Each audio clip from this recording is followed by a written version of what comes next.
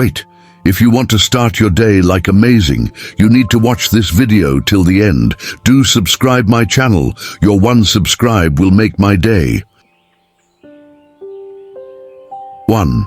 Putting things off is the biggest waste of life. It snatches away each day as it comes and denies us the present by promising the future. The greatest obstacle to living is expectancy, which hangs upon tomorrow and loses today.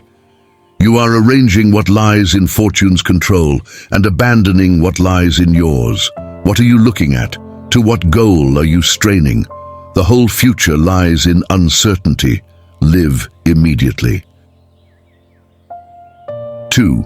How long are you going to wait before you demand the best for yourself and in no instance bypass the discriminations of reason? You have been given the principles that you ought to endorse, and you have endorsed them. What kind of teacher, then, are you still waiting for in order to refer your self-improvement to him? You are no longer a boy, but a full-grown man. If you are careless and lazy now and keep putting things off and always deferring the day after, which you will attend to yourself, you will not notice that you are making no progress, but you will live and die as someone quite ordinary. From now on, then, resolve to live as a grown-up who is making progress and make whatever you think best a law that you never set aside.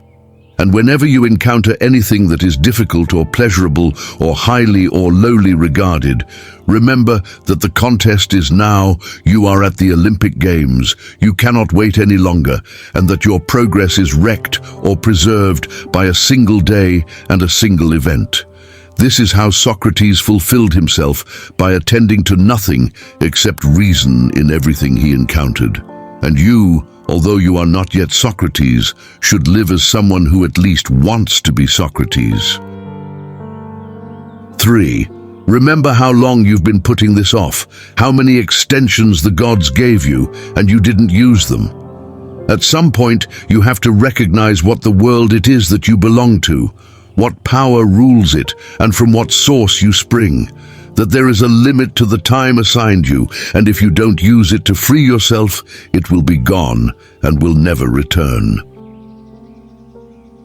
4. You are living as if destined to live forever. Your own frailty never occurs to you. You don't notice how much time has already passed, but squander it as though you had a full and overflowing supply.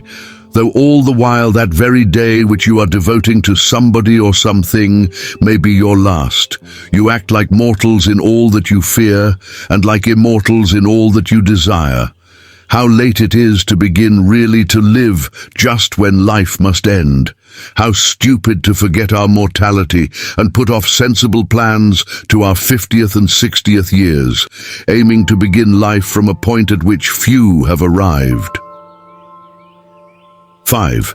Concentrate every minute like a Roman, like a man, on doing what's in front of you with precise and genuine seriousness, tenderly, willingly, with justice, and on freeing yourself from all other distractions.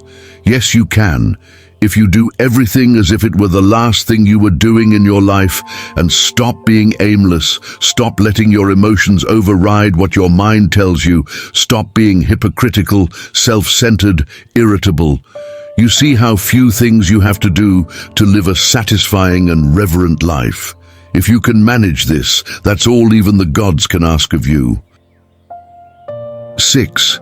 At dawn, when you have trouble getting out of bed, tell yourself, I have to go to work as a human being. What do I have to complain of if I'm going to do what I was born for, the things I was brought into the world to do? Or is this what I was created for, to huddle under the blankets and stay warm? But it's nicer in here. So you were born to feel nice, instead of doing things and experiencing them. Don't you see the plants, the birds, the ants and spiders and bees going about their individual tasks, putting the world in order as best they can? And you're not willing to do your job as a human being. Why aren't you running to do what your nature demands? But we have to sleep sometime. Agreed, but nature set a limit on that, as it did on eating and drinking, and you're over the limit. You've had more than enough of that, but not of working. There, you're still below your quota. Subscribe for more Stoicism.